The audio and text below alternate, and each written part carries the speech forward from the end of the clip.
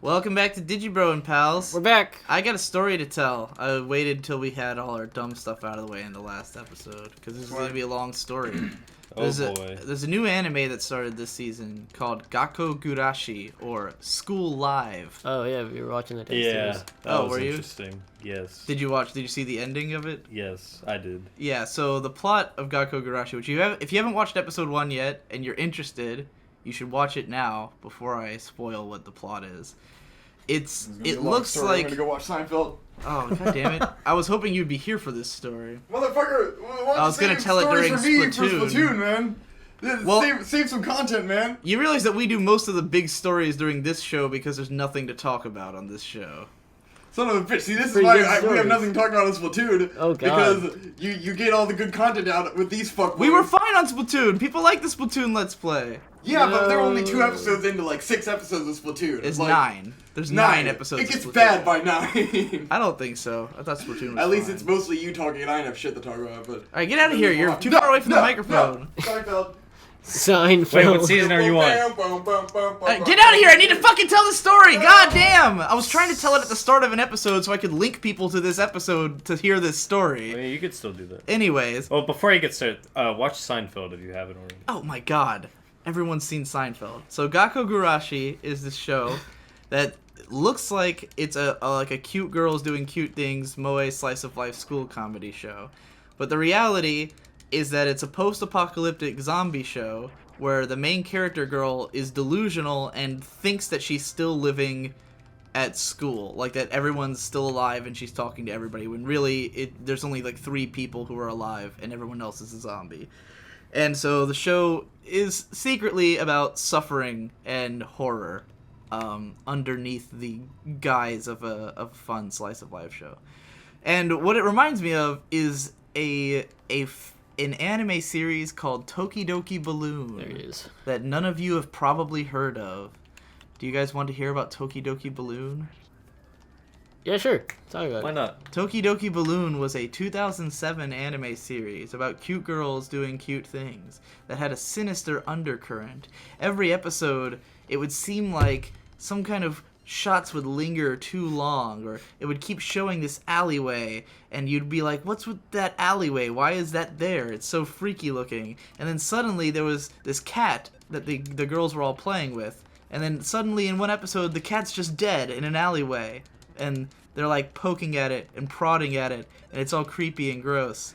And then in episode 3, one of the characters just stops showing up, and then by episode 5 her head turns up in a dumpster. Jesus. And it's this gruesome, horrible Might have to show. watch that. How It's long? not real. Oh. Oh. Tokidoki Balloon is a fabricated show that me and my buddy Ghost Lightning made up for a series based on House of Leaves. Have either of you ever read House of Leaves? Yeah, you lent it to me. Heard of it. Oh yeah, I did loan it to you. House of Leaves is a very large novel. It's called ergodic literature Is that because where, it's a like, book that you have to... The pages are all weird and shit? Yeah, where it's constantly got, like, They're like... you have to read the book in certain ways, to put it simply. It becomes a labyrinth as you read it, and you have to constantly turn the book and read through citations and go to different pages and, like, really, like, experience every page of this book in a non-linear fashion.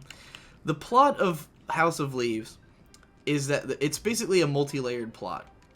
So the main storyline is about a guy who he's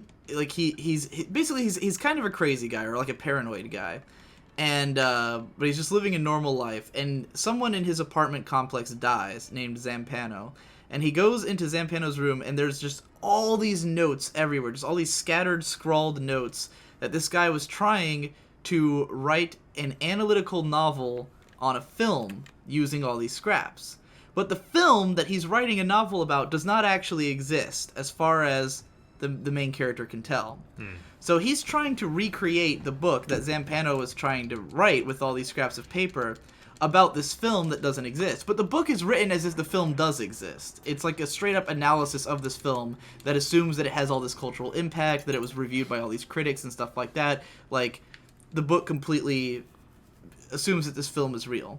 The story of the film is that there's a family. It's supposed to be a reality film. Like it's supposed to be a documentary about a family whose house starts becoming bigger on the inside than it is on the outside.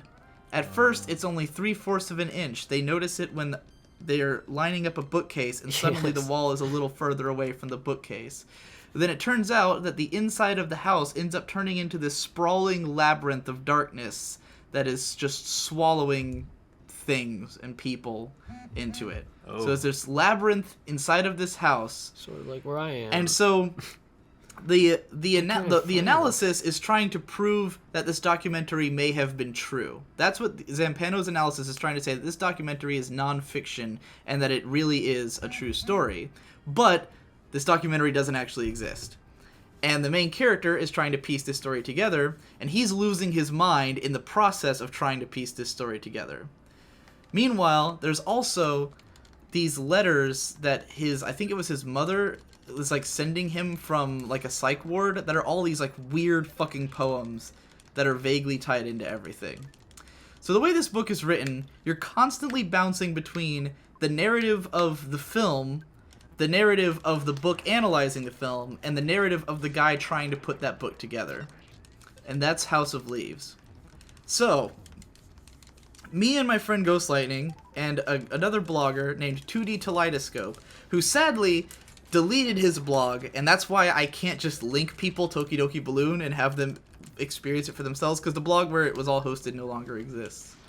But we thought it would be funny if we had 2D Tolentino, who's a pretty... He was at the time pretty well known and like a mild-mannered, very likable guy who a lot of people read, right?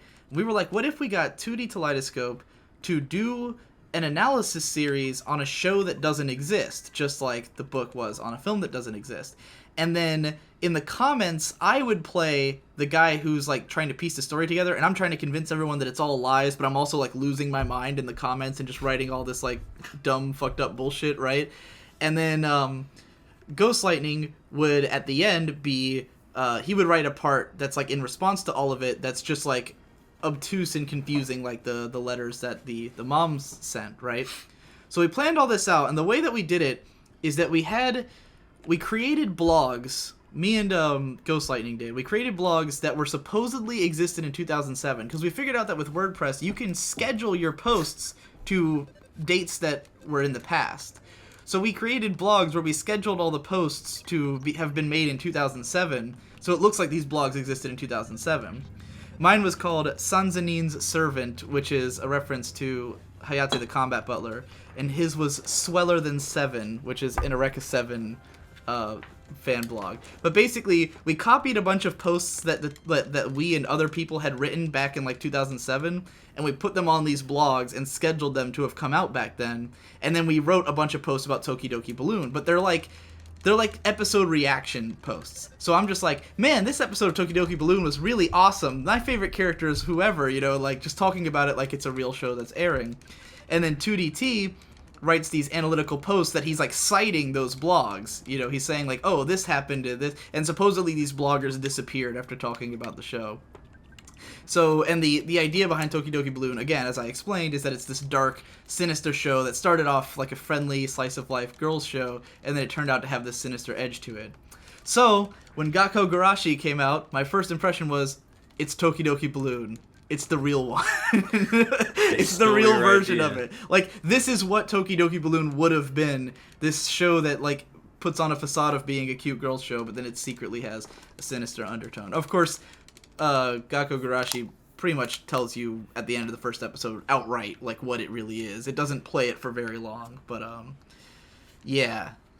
Anyway, I thought that would be a fun story, and I wanted to tell it because, again, the blog, 2DT's blog no longer exists, so you cannot read the 4 posts that he did on Tokidoki Balloon, or all my fucking psychotic, rambling comments that were on it. Psychotic rambling. There were some people who figured out, like, immediately that it was House of Leaves that we were, like, parodying, but it was pretty fun because people were, like, doing all this detective work to try to figure out how those blogs existed and stuff like that, like, figuring out where we copied our posts from. But it was a lot of fun to do. I just wish it still existed. You can still find Ghost Lightning's post from the end where he talked about like all kinds of meta shit. If you search Tokidoki Balloon on his blog. There's also, like, years later emerged an anime blog called Inflating the Tokidoki Balloon. Really? I don't know who the guy is. I don't know how he knows about Tokidoki Balloon or, like, who the blogger is. He might, maybe watches me, I don't know. But, like, if you read the About page on his site, it makes no mention of the show. It's like an explanation of what a Tokidoki Balloon is, like, but, like, it's like a backwards philosophical version that, like, you know, he kept it an in-joke, I guess is the way to put it. But, yeah. Sweet. Okay.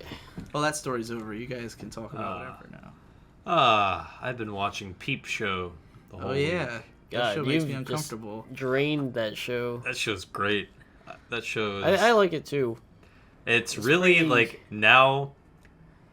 I'm like, the show's in my head now, because it's totally how I am. I totally, like, say things or think things. Sometimes I say them out loud, like the Right. show. And I'm just like, oh, this is me. Is everything you think is fucked up and horrible is what the Kinda, characters it's think like- of that show. It's not always as horrible, but it's pretty, like, vulgar and... Explain what Peep Show is. Okay, so Peep Show is a British comedy show that airs on Channel 4. You can find it on Netflix. You can. And basically... Subtitled for some reason. No, it's No, not. he turns I on the just turn on subtitles. subtitles. Okay. 'Cause Just I like like because you sub- can't understand what they're saying, or No, you just like I having like them, subtitles. Because it took me a while to like realize because Trevor's been sending Snapchats of random out of context quotes from this show to everybody, and like it took me a while to be like, why are there subtitles on all of these? Like this is in English, but yeah, you just like. having I them just on. like But subtitles. Netflix subtitles are usually super late. Does it not have that problem at all? Because on most of their shows, their subtitles will come like way late. From No, when they're supposed pretty to. on the... Probably because it's like closed caption They're on Fine. point. Yeah. translation. Anyways, it's a show about these two guys, Mark and Jeremy, or Jez. Mark being a, like mid-30s guy that works at a loan company who rents out his room to Jez, who is, comparable age, but a much more, in tune with the times kind of guy. Like he's younger, he's hip. And basically, they just go about their lives, and they're horrible people.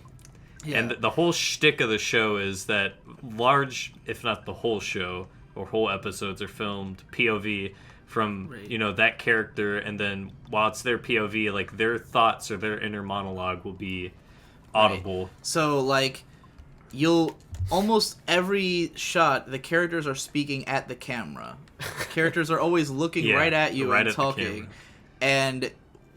and then the character whose point of view you're from will have their thoughts like audible and stuff. And it's always fucked up, but it's not even like the thoughts are fucked up because the dialogue's also fucked up. Like Yeah. like the thoughts and what they're actually saying are no better or worse than one another. It is pretty for absurd. the most part, and it's always just like just foul, dumb shit. Like, but it is pretty funny when you send me those Snapchats. But when I watched like a minute of the show with you, and I was like, "This makes me uncomfortable. I don't think I could watch this." I really think it picks up around episode 4. Like, first season, like, they're just really trying to get a hang of it, but, like, I don't know why episode 4 was, like, hilarious to me, and I don't even remember what happened. Where are these? It's a pretty great show if you got time to kill. There's, like, 8 series out right now, and they each only have 6 episodes, so... So I feel like we've been in this swamp for like 40 minutes now. Yeah, I'm trying to find my way out. There's a slime that I have to find that I use the bottle rocket on right before I cave, and it's pretty weird walking around here again. I have to pee. Okay. Everybody while I pee. Oh no, he's going to pee. Don't fall in! Come on, Trevor, you can do this. Yeah, what you've been doing Leave a lately? narrative. It's really hard narrative. to think of what you've been doing.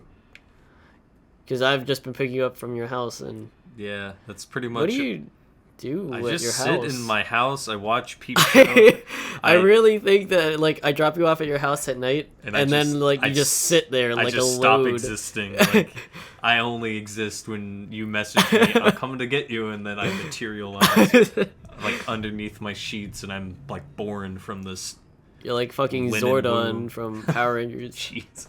Rangers. Yeah, you drop me off. I go inside. I usually Oh, like I feel like I'm immediately- so close. Where is this thing? I go brush my teeth. I floss, and I get in my room and I watch shows, and then I, get in my pajamas and I go to sleep. Can you see Trevor just like sitting in his room, just like endlessly, not doing anything, just like dark lights? That's why he looks so miserable when he sends you a Snapchat from his house. It's usually right when I wake up too. Every single Snapchat I get from Trevor is him going through some part of his morning routine looking absolutely dead. And when Trevor's over here, Trevor's a pretty lively guy. He's pretty hyper, smiles a lot, flails his arms around, Hey! does a little dance, takes his shirt off, basically your garden variety whore. And when he's at home, he sends Snapchats that looks like he has never moved in his life. Like he's been laying in It's bed odd. for 3 days, and it's always the same face, because he doesn't make a face for the camera. He just films like his natural face with text over it, and it's always just dead. Like a different guy. Okay, so I'm doing most of my text. I feel like I'm over leveled for The this place. I just gotta juxtaposition. find my way around, and it's The way dichotomy. too rough. And it'll be here. like me sending him like some dumb bullshit, and he sends me a picture of him either in bed, brushing his teeth, about to take a shower, like any stage of morning prep, looking dead, and text over it. Like it's always just photos with text. Ugh. Or peep show clips. Yeah. I remember having trouble here when I played here before. Do you want me to look it up? I'm positive that it's just gonna say like go left or something. Go left and upwards. You can look it up if you What want. is that? That looks suspicious. What, this area? Just this. Yeah, you can't do anything. Check it. There's Damn it. no problem here. I got a PP too. Oh man. I gotta take the whiz, fellas. Here's your music recommendation for the day. Oh, If- I have one too. Well, yours can wait till the next day. Damn it. Alright, your music recommendation for the day. If you have a lot of time to kill, you don't have any particular genre you want to listen to, you want to hear a bunch of things that you won't hear anywhere else, I recommend Lil Ugly Mane's new tape, Third Side of Tape. Just type Third Side of Tape Third into Side Google of and you'll probably Tape. get it. It's about 2 hours of music that is just in 6 20-minute tracks. It's not that they're 20-minute songs, it's just a bunch of like short, or not usually short, but like a bunch of songs that are just rammed together in tracks. They're not organized, they are not in any consistent genre. There's a bunch of hip-hop songs, some black metal, some like random excursions that don't sound like anything, but most of it's pretty good. So it's a really fun time, and it's like opening up a treasure box and just finding all kinds of shit inside. It's a great listen for when you're just like Oh, sitting around like by yourself and you just want an experience, and it's good tune out music, because most of the tracks do end up being pretty long, so you kind of gotta not be all there. That's it for this episode of Digibro and Pals, which Yeah, we're- falls in at 4104. Yeah.